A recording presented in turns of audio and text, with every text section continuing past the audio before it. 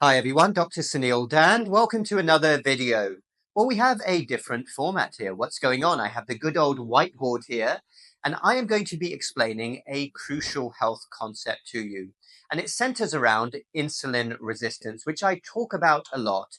And when I teach people, when I coach people, when I do my group coaching, I view a journey towards better health and well-being for so many hundreds of millions of people in terms of improving insulin sensitivity. And we are going to go over that here. Have you heard that term before from any doctor? Think about your health and well-being journey, both physical and mental health, in terms of improving insulin sensitivity. So here we have the crucial concept here, insulin resistance. And the journey is going to be towards becoming more insulin sensitive. Excuse my doctor's handwriting there, but it's all about becoming more insulin sensitive. So let's back up for a moment. What's going on? Well, for hundreds of millions of people out there right now, insulin resistance is the main driver of most of their medical problems. This is the true pandemic.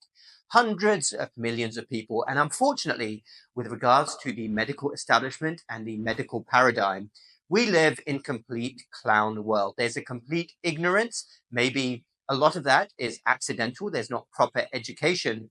But I think a lot of it is also deliberate because a lot of profit is made from insulin resistance in so many people.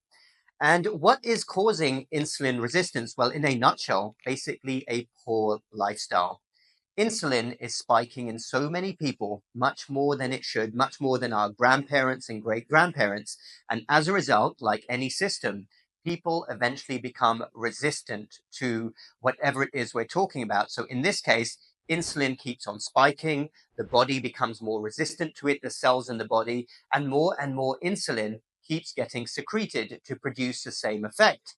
So, what causes these constant insulin spikes? Well, a poor diet, a diet which is high in foods which spike insulin, predominantly carbohydrates, sugars, and processed foods, which people are consuming in vast quantities. These are very calorie dense foods. And the problem with constant insulin spikes is that eventually, because insulin is an anabolic hormone, it will lead to a multitude of medical problems, including increased fat storage and increased inflammation within the body. And actually, a huge proportion of everything we see, from high blood pressure, high cholesterol, other inflammation, is driven by insulin resistance. So, I want you to view your health journey in terms of becoming more sensitive to insulin. So, how can you become more sensitive to insulin? How can you stop those insulin spikes, especially if you're overweight, obese? The chances are that you have insulin resistance. And this isn't always picked up on the standard blood tests. The medical profession is absolutely terrible at diagnosing insulin resistance. And we've talked about that before, and we'll talk about it again. But I want to focus on how you can become more insulin sensitive. So, of course, the main cornerstone is your diet. No surprises there. Hippocrates knew this 2,500 years ago.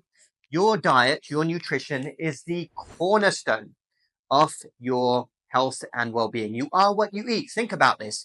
Every cell in your body, every thought that you have is powered by what you eat.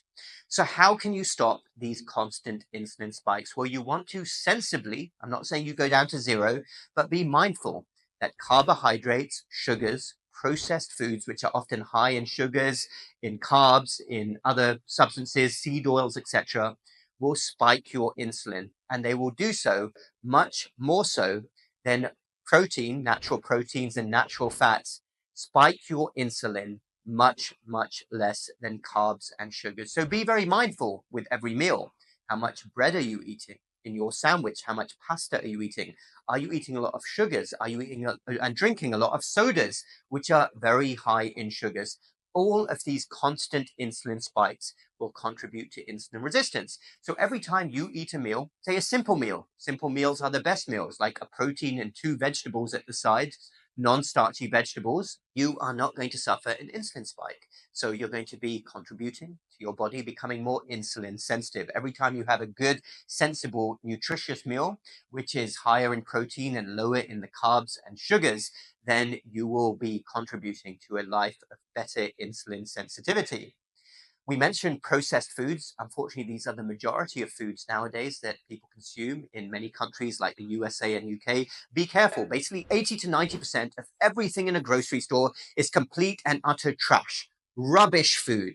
You are far better off cooking from scratch. If you do buy something which is in a package, then look at the ingredient label. They fool so many people nowadays. These trillion-dollar food corporations are giving you food which is going to keep spiking your insulin levels and lead to insulin resistance. So the fewer ingredients, the better. If you don't recognize the ingredient, then don't consume the food. It's that simple. And once you get into the habit of reading ingredient labels, it's very hard to get out of it.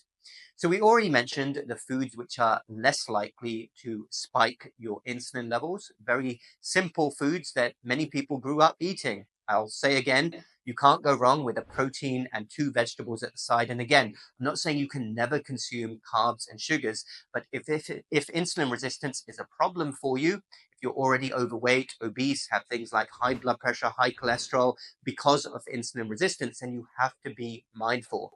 Foods should spike your insulin levels less. Other things you can do: intermittent fasting, also called time restricted eating. If you only eat during a certain window of the day, then obviously your insulin levels will be low for a longer period of time. That is going to contribute to you becoming more insulin sensitive. A lot of people eat during a 6 to 8 hour window.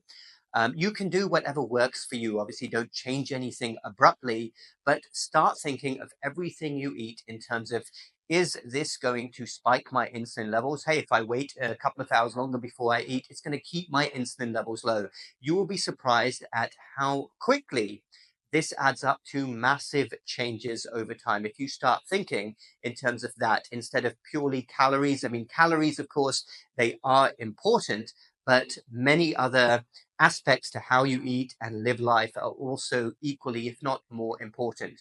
And I've already touched on drinks. Now, a lot of people drink their sugar, drink their calories.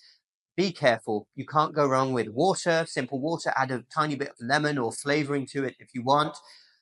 I will say that if you're going to go for soda, diet sodas, I still don't completely approve of them, but they're going to be better than the really sugary sodas. I want you to keep in mind that in your whole bloodstream, there is only about a teaspoon of sugar, a few grams of sugar. Sugar is very toxic to your body. That's why immediately when you eat a sugar load or carbs, your pancreas secretes insulin and it's trying to bring that down. So diet is the first fundamental cornerstone of your journey towards insulin sensitivity.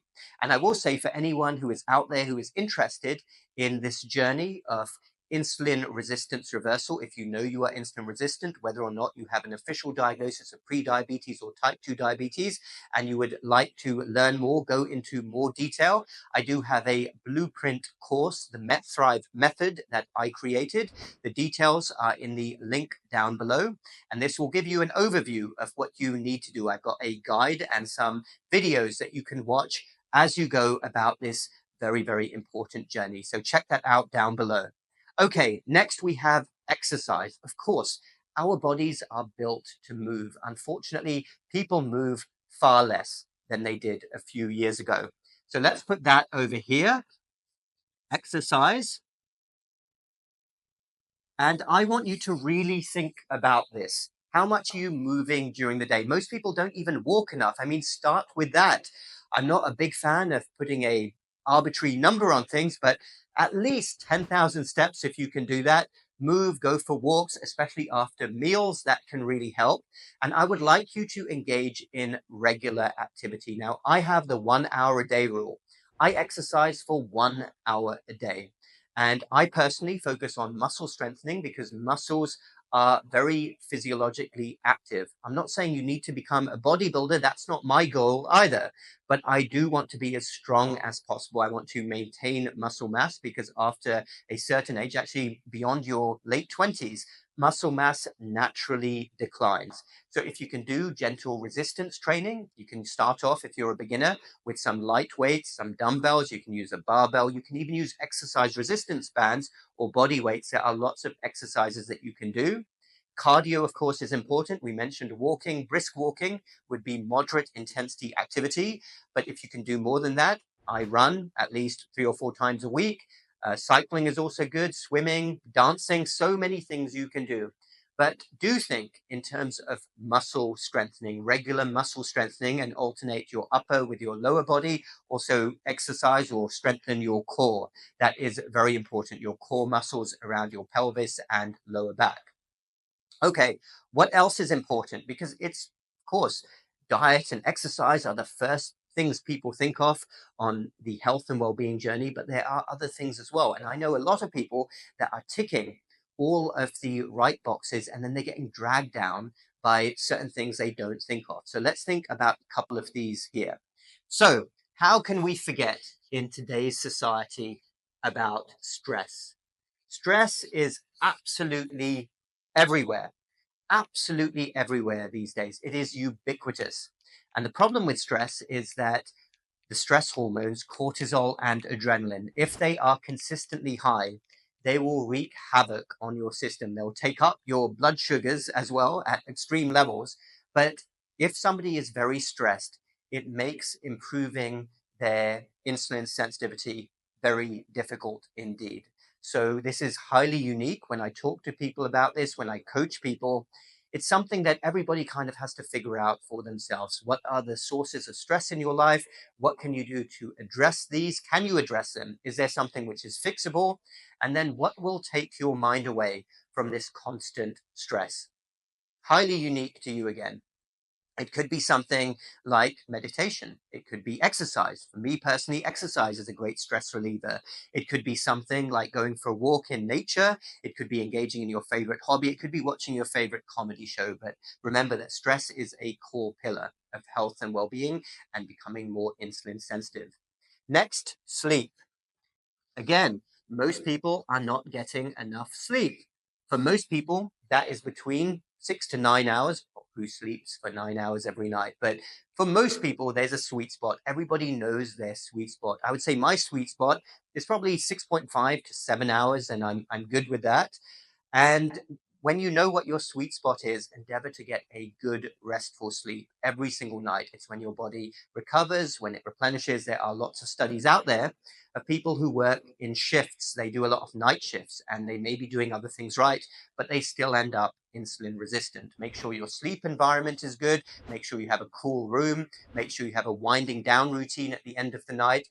All very important. So I wanted to get you started thinking about your health and well-being journey. For most people out there, this is a journey of becoming more insulin sensitive. And think everything you do in your life. Okay, I'm going to avoid that dessert today. Okay, that's going to help make me a little bit more insulin sensitive. Okay, I'm going to walk a little bit extra. I'll park a little bit further from the grocery store. I'll walk a little bit more. I'm slowly contributing to becoming more insulin sensitive. I go for a walk after meals. I go to the gym. Okay, I'm going to eat more protein. Think in terms of everything you do becoming sensitive to insulin, because this is a true pandemic. Hundreds of millions of people out there insulin resistant. And the tragedy is that this can start to be reversed in a matter of weeks. I work with so many people and basically their lives are transformed. So this is a journey. Hopefully you can still see this on the whiteboard. That is well worth undertaking.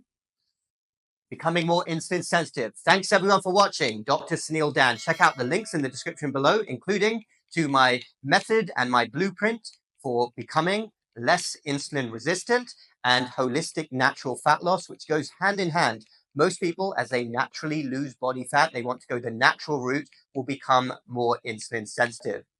Hit the like button if you like this video and the subscribe button for more similar videos in the future. We will speak again very soon.